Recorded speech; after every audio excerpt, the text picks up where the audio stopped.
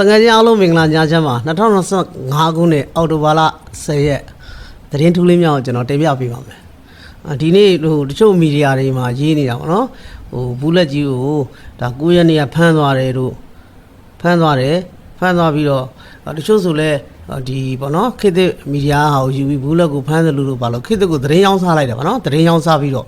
့ဒါပြန်ပြီးတော့ဘာကိစ္စတည်းနဲ့ပြန်ရှင်တွဲပြီးဘူးလက်ဖမ်းခံရတယ်ဘာညာဆိုတဲ့သတင်းမျိုးရေးတာတွေလည်းတွေ့ရတယ်နောက်ထပ်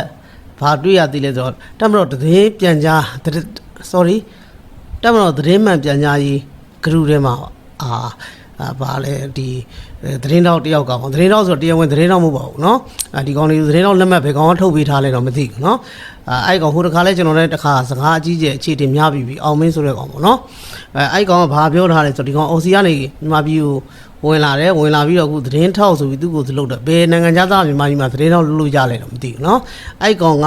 ဒါဘူးလက်ကိုဖမ်းတာမှန်လားဆိုပြီးမိကုန်းတော့မေးတယ်သတင်းမှပြန်ကြားရလည်းမဟုတ်ဘူးလို့ဖြေလိုက်တယ်အဲ့ကောင်လည်းတော်တော်ရှက်သွားမယ်သဘောမျိုးရှိပါတော့မတိချာတဲ့သတင်းတွေကိုနော်ဒီကောင်လေးကသတင်းမှန်တွေကိုသတင်းကိုမြေပြင်မှာ ground ကသတင်းထောက်နဲ့လိုက်တာမဟုတ်ဘူးတော့သတင်းထောက်နဲ့လိုက်တာဒီကောင်ကိုလိုက်တာမဟုတ်ဘဲနဲ့ထွက်ပေါ်တဲ့သတင်းကိုဒီကောင်လေးကဒီတက်မတော်သတင်းမှန်ကြားကြီးကိုမေးလိုက်တယ်မေးပြီးတော့ဒီကောင်လေးကပြန်လှုပ်တာပြောမယ်ဆိုရင်တော့ဒီကောင်လေးမှာလည်း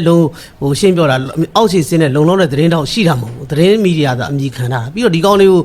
ဘယ်သူကသတင်းထောက်လက်မှတ်ထုတ်ပေးထားလဲဆိုတော့ဒါကတော့တစ်ချိန်ကျရင်ဥပဒေနဲ့အညီနော်ဖြစ်လာမှာပါနော်အခုချိန်ကတော့ကျွန်တော်တို့မပြောသေးပါဘူးနော်ဘူးလက်ကတော့အဲ့ဒါနဲ့ကျွန်တော်လည်းဒီနေ့အစည်းအဝေးသွားတက်တာပေါ့အစည်းအဝေးတက်တော့ဘယ်လိုတွေ့လဲဆိုဘူးလက်တွေ့ဘာဘူးလက်ဒီဟာကြီးနေကျွန်တော်တို့ကြည့်ပြီးတော့ဗီဒီယိုတစ်ခုတော့ရိုက်လိုက်သေးတယ်နော်ဘယ်လိုပဲဖြစ်ဖြစ်ပါလိုတဲ့သူတွေရှိတယ်မလိုတဲ့သူတွေလည်းရှိတယ်ဒီကာလမှာနော်တော်တော်များများသိထားတယ်ဘူးလက်အနေနဲ့ကတော့ပြောမယ်ဆိုရင်ဘူးလက်ဆိုတာပြည်ထောင်စုကြံ့ခိုင်ရေးနဲ့ဖွံ့ဖြိုးရေးပါတီ USDP ပါတီရဲ့ပါတီမှာ CEC ဘိုးလုံးမှုဆောင်တယောက်ပြီးရင်နေပြီးတော့ကောင်းစီနေပြီပေါ့နော်နေပြီးတော့ကောင်းစီပြည်ထောင်စုနေပြီဥက္ကရာဖြစ်ပါတယ်နောက်တစ်ချက်ကပုပ္ပသီရိမြို့နယ်လွတ်တဲ့ကိုယ်စားလှယ်လောင်းဖြစ်ပါတယ်ဒီလိုလူနိုင်ငံရေးသမားတယောက်ပြီးတော့နိုင်ငံရေးသွေးရဲလားမရဲလားဒါတော့အောင်စုကြည်အစိုးရလက်ထက်မှာ1220ကြာခဲ့တဲ့သူဖြစ်ပါတယ်အဲ့တော့ဒီလိုလူမျိုးကဒီနိုင်ငံနဲ့ပြည်သူကြိုးတဲ့ထောက်လျှောက်နော်ဆောင်ရွက်လာတယ်ငလင်ပေးလဲငလင်ပေးရေးကြီးတယ်လဲရေးကြီးမှုထောက်လျှောက်ဆောင်ရွက်လာတဲ့နိုင်ငံရေးသမားတယောက်ဒီလိုလူတယောက်ကိုဒါတော့ပျက်စီးနေခြင်းနေတဲ့ကောင်တွေကဘေးမှာအစင်းသင်းရှိနေတယ်အဲ့တော့ဘာဘူးလက်ကိုကျွန်တော်တို့ကဘာမှခြင်းလဲဆိုတော့ဘာပြောခြင်းလဲဆိုတော့ရှင်ပေလုံးမဲ့သူခွေးစင်းမမောင်းတာကောင်းတယ်နော်ရှင်ပေလုံးမဲ့သူကခွေးစင်းမောင်းလို့မသိတော့ဘူးအဲ့တော့ရှင်ပေလိုပဲနေတာပဲကောင်းတယ်နော်ရှင်ပေလုံးမဲ့သူကခွေးစင်းမမောင်းရတယ်တချို့ခွေးယူတွေခွေးကောင်းတွေအမျိုးမျိုးကွဲပြားတာရှိတယ်အဲ့တော့ရှင်ပေလုံးမဲ့သူကခွေးစင်းမမောင်းတာအကောင်းဆုံးပဲလို့ကျွန်တော်ဘာဘူးလက်ကိုပြောလို့ပါတယ်ဒါသတင်းတစ်ခုပေါ့နော်နောက်တစ်ခုကတော့ဒါဗမောက်မျိုးကိုရှမ်းဒီတွေကပြန်သိမ်းတဲ့အနေအထားမျိုးထိဖြစ်လာပြီနော်ဒါလည်းလိုင်းတွေပေါ်မှာသူများတွေလည်းပြောနေရင်းနေကြပါတယ်တွေ့မှာဖြစ်ပါတယ်နောက်တီဘောကတော့ဒါဘိုးကျူဖျားနားထိမှာတိုက်ပွဲရောက်လာပြီတက်မလို့ကြောင်းနေကြပြီတိုက်ပွဲစဖြစ်တယ်ပေါ့နော်ဒါ TL ဘက်ကတော့ကြောင်မဲကိုသိမ်းမယ်လို့ဘာလို့ရှောက်ပြောနေတာတော့သိမ်းဖို့နေတာတီဘောမကြောက်တော့နော်အသေးအံလုံနေရအနေထားမျိုးပေါ့နော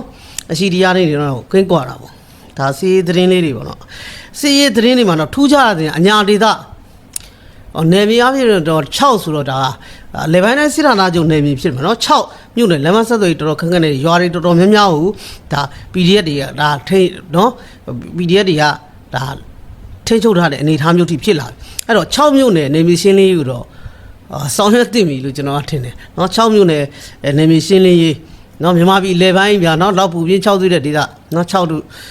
ရင်နှံချောင်းတို့နော်မြန်မာပြည်လေပိုင်းရှင်းလို့လည်းမခက်ဘူးလို့တော့ထင်ပါတယ်လုံဆောင်သိပြီလို့ထင်ပါတယ်တစားနဲ့များလာရွာတိုင်းကြောက်လို့ PDF ထဲဝင်ရတဲ့အနေအထားမျိုးဖြစ်လာတာမျိုးတွေရေရှည်ကြတော့မကောင်းပါဘူးအဲ့တော့ပိုက်စိတ်တရှင်းရမှာရှင်းနေဆိုတဲ့နေရာမှာလည်းပြသားရှင်းမှရမှာပါရှင်းပြောတာအားလုံးကတော့ဗမာတွေပဲနော်ဒါမှလည်းဗျာကိုလက်မောင်းကိုမှအနာဖြစ်ရင်တော့ဖောက်ထုတ်ရတာပဲနော်ခောက်ပြီးခွဲစိတ်ကူးသားရတာတော့ရှိသေးတာပဲအဲ့လိုပဲအဲ့တော့ရှင်းရမယ့်နေရာတွေတော့ရှင်းနေအချိန်မီချုပ်ထားလို့လေစုပ်တာတက်တာပေါ့ဗျာမြို့ချိန်ချောက်တဲ့အချိန်ညမှာထလုပ်လို့တော့မဖြစ်ဘူးဒါ6မြို့နယ်အခြေအနေဖြစ်ပါတယ်နောက်ထပ်6ဦးမြို့နယ်ဘုံတူရွာမှာဒါဟိုတနေ့ကဒီ NUG ဘကဖားတွေကဒါဗာလဲ မိတပိတ်ဆိုပြီးထလုပ်တဲ့အချိန်မှာဘုံကျဲတိုက်ခိုက်တော့အမတန်ရတဲ့ကောင်တွေသေးတဲ့ကောင်တွေအများကြီးပဲမသားတော့မချသေးဘူးအခုအဲ့ကောင်တွေအလူခံနေပြီအဲ့ဒါနဲ့ပတ်သက်ပြီးအလူခံနေပြီအဲ့တော့ဟိုပြောမယ်ဆိုရင်တော့ဒီအလူခံကတော့တောက်လျှောက်ခံနေတာပဲနော်တောက်လျှောက်ခံနေရပြီဒီဒေါ်လာကြီးကိုအကြောင်းပြပြီးစီးပွားရေးတည့်ရအနေနဲ့လောက်ကန်စားတော့တဲ့နိုင်ငံခြားမှာအိမ်ဆောက်တဲ့လူတွေရောတိုက်ဆောက်တဲ့လူတွေရောနော်ဟိုအိမ်ဝယ်တဲ့လူတွေရော shopping mall တွေပိုင်ဆိုင်ထားတဲ့ကောင်တွေရောအဲ့တော့ဒီအနေအထားမျိုးတွေဖြစ်နေပြီလက်ရှိဒါမှလည်းဒါဒီဘုံတို့ရွာတော့အလူခံနေကြပြီနော်အလူခံဖို့အတွက်ပါပဲဒီဒေါ်လာကြီးဆိုတာကိုစီးပွားရေးတည့်ရအနေနဲ့အားလုံးကလှုပ်ရှားလိုက်တယ်ဒီလက်နဲ့ရတာကိုလည်းအားလုံးကသိလာကြတဲ့အနေအထားမျိုးဖြစ်တယ်အဲ့တော့ကျွန်တော်တို့ကဗျိုင်းနဲ့ချင်းလို့အကုန်လုံးတော့တတ်လို့မရဘူးအကုန်လုံးကိုရှင်းပြထုတ်ပြလို့တော့မရဘူးဖြည်းဖြည်းချင်းတော့လုပ်ယူလို့ရတယ်နော်ဖြည်းဖြည်းချင်းဆိုရင်တော့ပြဿနာမရှိဘူးနော်နောက်ချိန်ကြအထိနောက်ချိန်ပေါ့နော်ဖြည်းဖြည်းရှင်းသွားမှချက်ချင်းကြီးတော့မရအောင်နော်ဗမာပြည်ကွန်မြူနစ်ပါတီကိုတက်မတော်ကရှင်းတော့ဆိုရင်ဘယ်လောက်ရှင်းရလဲဆို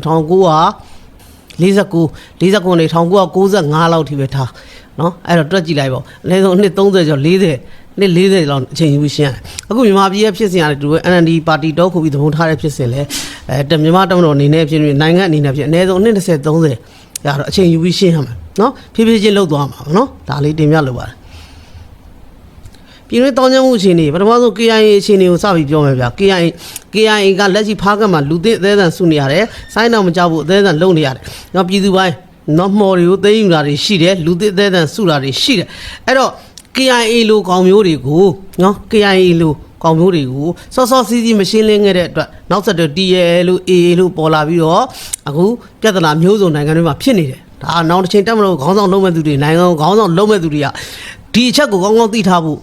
လိုအပ်ပါတယ်အဲ့တော့မြန်မာပြည်ထဲမှာ KIA ဌာနချုပ်တို့ဟိုတောင်းကျန်းသူဌာနချုပ်တို့ဒီတောင်းကျန်းသူဌာနချုပ်တို့ဆိုတာနိုင်ငံလည်းသိခါကြတယ်တိုင်းပြည်လည်းသိခါကြတယ်ရှင်းပြောရင်ဒါမျိုးတွေကမရှိသလိုအထူးသဖြင့်အခုလို့ပြည်သူစစ်မှုထမ်းစနစ်နော်စစ်မှုထမ်းမနေရစနစ်မျိုးမှာဘယ်တောင်းကျန်းသူဌာနချုပ်ကမြန်မာပြည်ထဲမှာလာရှိနေတာနော်ဘလောက်အင်အားသုံးရမှာမလို့လဲငွေဘလောက်ကုန်မှာမလို့လူအင်အားဘလောက်သုံးရမှာမလို့လဲဒါတွေနဲ့ထက်ထွက်ရှင်းပြီးတော့နော်ဒါတွေကိုအမြစ်ပါမကြအောင်ရှင်းလင်းမှုလိုအပ်တယ်အဲ့တော့ဒီကောင်မျိုးတွေကြံနေတဲ့အတွက်တိုင်းပြည်ဒုက္ခရောက်တယ်နော်ဟိုငြိမ်းချမ်းရေးအတွက်စဉ်းစားတဲ့အချက်ခါမှာတိုင်းပြည်အနာဂတ်အတွက်စဉ်းစားပါတိုင်းပြည်အနာဂတ်နဲ့ရှင်ပြီးစဉ်းစားပါအနာဂတ်ကလူငယ်တွေနော်လက်ထဲကိုတနက်ရောက်လာမယ်ကိစ္စမျိုးဆိုရင်မျိုးစေ့လေးတစ်စီးတော့မထားသင့်ဘူးဆိုတော့ကျွန်တော်တို့နော်နောက်တစ်ချိန်နိုင်ငံခေါင်းဆောင်မဲ့သူများတက်မလို့ခေါင်းဆောင်မဲ့သူများပို့ပြီးဒီသိရမယ်လို့ထင်ပါတယ်နော်နောက်တစ်ချက်က TL ကစောကျွန်တော်အထက်မှာတင်ပြထားသလိုပဲဘောကျူထီတက်မလို့စကြောင်းနဲ့ရောက်လာတော့တီဘောမျိုးကိုကာကွယ်နိုင်တဲ့အနေထားမရှိတော့ဘူးအဲ့တော့မကြခင်တီဘောကလည်းကြာမှာပဲတီဘောကြာရင်အနည်းဆုံးဘယ်မျိုးတွေပါမလဲဆိုတော့နတ်ဆန်နဲ့နံပါတ်2ပါမှာပေါ့ဗျာနော်ဆက်တိုက်ပဲလာမှာပဲထိုးစစ်တွေနော်အဲ့တော့နတ်ဆန်နဲ့နံပါတ်2ဒီဘက်ကိုတီဘောပြီးတာနဲ့နန်ဆမ်နဲ့နံပါတ်2အနည်းဆုံးဖြစ်တဲ့အတွက်အဲ့ဘက်ကိုလှည့်လာမှာပဲနော်ဒါလေးတင်ပြလို့ရတယ်ဒါက DL အရှိနေပေါ့နော်ရှမ်းမြောက်တစ်ခုလုံးကတော့တက်မတော်လောက်ကိုပြန်ပြီးမကြခင်ရောက်လာတော့မှဖြစ်ပါတယ်နောက်တစ်ခုဒါဒီ KIA ရပဲပေါက်ဖွားလာတာပဲ KIA ကြောင့်ပေါက်ဖွားလာတဲ့ထုံးမြတ်နိုင်ဘိန်းရစာထုံးမြတ်နိုင်AAအဖွဲ့နော်ဒီကောင်တွေကအဓိကတော့မူရစ်စေဝါနဲ့ဒီကောင်တွေအဖွဲ့ကိုရက်တီတယ်မူရစေဝါရတဲ့ဝင်တွေမူရစေဝါရတဲ့ဝင်တွေဘင်္ဂလားဒေ့ရှ်ကိုမူရစေဝါပို့တယ်နောက်မလေးရှားကိုပို့တယ်ဒါနဲ့ပတ်သက်လို့နိုင်ငံတကာမှာဒါဘင်္ဂလားဒေ့ရှ် AA ကိုရေးယူဖို့လဲဒါနိုင်ငံတကာသိအောင်ပြောထားတာရှိတယ် UN မှာပြောထားတာရှိတယ်နောက်တစ်ချက်ကဘာလဲဆိုတော့ဒီ BGP ဘင်္ဂလားဒေ့ရှ်နော်ထေရှားဆောင်တက်ကလည်းဒီ AA ဖွဲ့ကမူရစေဝါလုပ်နေတာဆိုတိတိကျကျဖော်ထုတ်ထားရှိတယ်မြန်မာအစိုးရကလည်း AA ကအရာရှိတွေပေါင်ဝင်နော်အရာရှိတပ်သားတွေပေါင်ဝင်မူရစေဝါတွေနဲ့နော်တိတိကျကျဖော်ထုတ်ဖော်ပြနေတာတွေရှိတယ်အဲ့တော့ AA နဲ့စေးရှင်တွေကိုကျွန်တော်တို့စတင်ပြောပါမယ် AA စေးရှင်တွေကျွန်တော်ပြော AA ကိုတက်မတော်မြန်မာတက်မတော်ထိုးစစ်ဆင်တိုက်ခိုက်ခြင်းလုံးဝမပြုတ်လို့သေးပါဘူးလက်ရှိအနေထားမှာပြန်ပြီးသုံးသပ်မယ်ဆိုရင်ဒါပေါ့နော်ပထောင်တောင်ကုန်းလမ်းပေါ့ဗျာတောင်ကုန်းလမ်းပေါ့အုတ်ချစ်ပင်တောင်ကုန်းလမ်းလို့ခေါ်တာပေါ့အုတ်ချစ်ပင်တောင်ကုန်းလမ်းမှာဆိုရင်နော်လက်ရှိအနေထားမှာပထောင်မျိုးနယ်တွေကနေတက်မတော်ကဒါအေကိုထိန်းချောင်းထားတဲ့အနေထားတွေ့ရတယ်ဒီဘက်ဆိုရင်ခွာချိန်တလီဘက်မှာဆိုရင်ဒါငတိုင်းချောင်းဘက်မှာနော်ရှင်ဆိုင်ထိန်းချုပ်ထားတာတွေ့ရတယ်ဒီဘက်ဆိုရင်အထက်မှာဆိုရင်အမ်ပဒန်လမ်းပဲပေါ့နော်အမ်ပဒန်လမ်းမကွေးတိုင်းမှာဆိုအမ်ပဒန်လမ်းပေါ်မှာအေတောင်းကျန်းသူတွေကိုထိန်းချုပ်ထားတာတွေ့ရတယ်ဒါရှင်းပြောရင်အေနဲ့ပတ်သက်ပြီးတော့တက်မတော်ရဲ့ထိုးစစ်တွေလုံးဝလှုပ်ဆောင်ခြင်းမရှိသေးပါဘူးတက်မတော်ကပြင်းထန်တဲ့ထိုးစစ်တွေဆောင်ရွက်ခြင်းအေကိုဆောင်ရွက်ခြင်းလုံးဝတော့မလုပ်သေးပါဘူးเนาะအဲ့တော့ဒီအေကပြဿနာက နော်ဒီမူရေးဆိုပြဿနာဖြစ်တယ်ဒီကောင်တွေကနေတခါတိုင်းကျရင်သူတို့နိုင်ငံကိုသူတို့ပြည်နယ်ကိုလွတ်လပ်တဲ့ပြည်နယ်ဖြစ်တိမတ်ပြုပါတော့တောင်းဆိုတာတွေရှိတယ်တိုင်းပြည်တော့အန်ရများတယ်မူရေးဆိုဖြစ်တဲ့လူကမ္ဘာလူထုနော်ကမ္ဘာလူသားတိုင်းကိုဒုက္ခပေးတယ်အဖွဲ့အစည်းတစ်ခုဖြစ်နေတယ်အဲ့တော့မြန်မာတပ်မတော်အနေနဲ့တောင်းကျမ်းသူနှိမ်နှင်းရေးအတွက်စီမံချက်ချပြီးတော့ဆောင်ရွက်တင်ပြီးလာမဲ့ပုံလင်းလာရာဒီမှာရခိုင်ပြည်နယ်ထိုးစစ်စတင်နိုင်မလားဆိုတာကိုကျွန်တော်တို့ကစောင့်ကြည့်သွားမှာဖြစ်ပါတယ်ဒါအရှင်းနေပါ KNU ကတော့အားလုံးသိတဲ့အတိုင်းပဲဘယ်နေရာမှမရှိတော့เนาะဘယ်နေရာမှထိချုပ်နိုင်ခြင်းဘယ်မျိုးမှထိချုပ်နိုင်ခြင်းမရှိတော့ဘူးနယ်မြေအားလုံးကိုတပ်မတော်သိမ်းလိုက်ပြီးနောက်ဒီသင်္ကန်းညီနောင်ကြားတဲ့အပြင်ညဝရီကိုကြော်ပြီးတော့ 4K ကောထိတက်မတော်တက်ထပ်ပြီးသိမ်းလိုက်တာဆိုတော့ KNU ကတော့အခြေအနေဆိုလို့တာဘောလို့လက်ပြတ်တော့ဘယ်နှလိုက်ရှာမှမသိဘူးအရင်လိုလူမှုကွန်ရက်မှာတောင်မြောက်အော်တာတော့မတွေ့တော့ဘူးလက်ပြတ်တော့เนาะဒါမှပတ်ပြီးပုံနေတယ်တော့မသိတော့မလဲလိုက်ရှာနေရတဲ့အဲ့ကောင်လေးเนาะဒါ KNU အခြေအနေเนาะဒါကနောက် KNDF ပေါ့เนาะကရားဘက်အခြေအနေစေးအခြေအနေပြောမယ်ဆိုရင်ဖရူဆိုးတက်မတော်ပြန်လဲသိမ့်ပိုက်နေပြီအဲ့တော့ဖရူဆိုးမကြခင်တက်မတော်ကသိမ့်ပိုက်လိမ့်မယ်အဲ့တော့အနေထားကိုပြောမယ်ဆိုရင်ဒီမဲဆက်ရဲ့ရှားတော့မြို့နယ်နှစ်ခုပဲကြံမယ်မဲဆက်နဲ့နော်ကရားပြည်နယ်မှာဗျာမြို့နယ်ပေါင်း9ခုရှိတယ်9ခုထဲမှာမဲဆက်နဲ့ရှားတော့တက်မတော်ပြန်သိမ့်လိုက်ပြီဆိုရင်နော်ကရားပြည်နယ်တွေကတောင်းကျမ်းသူခြုံငိမ့်ပြီနော်ငါဘာဖြစ်လို့လဲလက်ချိနေထားမှာမြို့နယ်9ခုကိုတက်မတော်ထိန်းချုပ်ထားတာဖြစ်တဲ့အတွက်နော်ဒီမြို့နယ်ကရားပြည်နယ်စီးရေးချင်းတွေပြောမယ်ဆိုမဲဆက်နဲ့ရှားတော့တော့မြို့နယ်နှစ်ခုတော့ကြံနေအောင်မယ်လို့ကျွန်တော်အနေနဲ့တင်ပြလိုပါတယ်ဒါနောက်တစ်ခါချင်းတောင်းကျမ်းသူပေါ့နော်ချင်းဖွဲ့ရတော့ကျွန်တော်နာမည်မမှတ်မိတော့ချင်းပရာသာအဖွဲ့ CDR အများကြီးပဲ CNF နော်အဲ့တော့ချင်းဖွဲ့ရတော့သူတို့မှသူတို့တိုက်ပွဲတွေလည်းဖြစ်နေတယ်တက်မတော်ကတော့ဒါနေပြည်ရှင်းလေးတွေဆက်လက်လှုပ်ဆောင်နေတယ်အချိန်တိုင်းတော့ဒါပြီးတော့မှာပါနော်ချင်းပြည်နယ်အခြေအနေကအဓိကချင်းပြည်နယ်ကိုဖြတ်မယ်ဆိုရင်ကျွန်တော်တို့ကရောတို့စောတို့ဒေသတွေကနေဖြတ်တော့ပြရမယ်အရင်တော့ကဒါသုံးခဲ့တဲ့စင်းနှပြရတယ်ရောတို့စောတို့ဒေသတွေကိုသိမ့်ပြီးချင်းငါကောင်တွေနော်မြေပြန့်ကိုစေးမလာနိုင်အောင်လှုပ်လိုက်ရင်ကိုသူကသူပိတ်ဥစားပြီးတည်သွားမယ်အနေထားမျိုးရှိတယ်အဲ့တော့ဒီချင်းတောင်းကျမ်းသူကိုင်တွဲတဲ့နေရာမှာလဲကျွန်တော်တို့ဒီအခြေခံဆက်နေတဲ့ဒေသဖြစ်တဲ့ရောဒေသကိုရှင်းဖို့လိုအပ်တယ်လို့နော်ကလေးပေါ့နော်ကလေးပြီးရောဒေသအဲ့ဒေသတွေရောစောအဲ့ဒေသတွေရှင်းဖို့လိုအပ်တယ်လို့ကျွန်တော်အနေနဲ့တင်ပြလိုတယ်နောက်ထပ်ထူးခြားသတင်းကဘာရှိလဲဆို AR တိုင်းလက်ပုတ္တမျိုးလဲမော်ကျွန်းမျိုးနဲ့တဲ့ဖိုးသားရွာနီးမှာမဲ DVB ရမယ်ရွေးကောက်ပွဲတွေပါတယ်ရွေးကောက်ပွဲသတင်းတွေပါကြော်ညာတာတသက်လုံးနော်သတင်းမှန်မတင်တဲ့ကောင်တသက်လုံးလဲရွေးကောက်ပွဲအတိမမပြုပါဘူးသူတို့ပြောထားပြီအခုတော့ပြည်တော်စုကြက်ခိုင်ရေးနဲ့ဖွံ့ဖြိုးရေးပါတီရတဲ့အဲ့ဖိုးသွားရမှာမဲဆွဲပါတယ်တဲ့မဲဆွဲပြီးတော့တဲ့ဘာလဲမလာတဲ့လူတွေကိုဓာတ်ငွေရိုက်တယ်တဲ့။အော်ကျွန်တော်တို့ပြည်တော်စုကြက်ခိုင်ရေးပါတီမသိအာနာပိုင်လူဘာလို့နဲ့ဓာတ်ငွေရိုက်လို့ရတယ်လို့ပါလို့နော်မိုးမှန်တဲ့ပြောတော့သူတို့ပဲဒီရွေးကောက်ပွဲကိုအသိမှမပြဘူးလို့ဘာလို့ရှောက်អော်ပြီးတော့အခုကြတော့သူတို့ကိုယ်တိုင်ဒါစိတ်ဝင်တစားနေနော်ပောက်ကရတဲ့တွေရှောက်တယ်နော်ဒါဘယ်သူမှလည်းမဲမဆွဲသေးပါဘူးဘယ်ပါတီမှလည်းမဲမဆွဲပါဘူးအားလုံးကနော်မိမိပါတီဝင်တွေမိထိတွေ့တယ်နော်ဒါပဲဒီအစ်စ်ပဲရှိပါတယ်မဲဆက်စီုံချင်းလုံးဝဒီပါတီမှလုံးဆောင်ချင်းမရှိသေးပါဘူးDVB တောင်အခုရွေးကောက်ပွဲကိုဒါစိတ်ဝင်နေတယ်ဘာလို့ဆိုမလေးရှားဝင်ကြီးချုပ်နဲ့အာဆီယံအလည်းတည်တဲ့အတိုင်းပဲဒီရွေးကောက်ပွဲစောင့်ကြည့်အဖွဲ့တွေစေလွတ်မယ်ဆိုတာ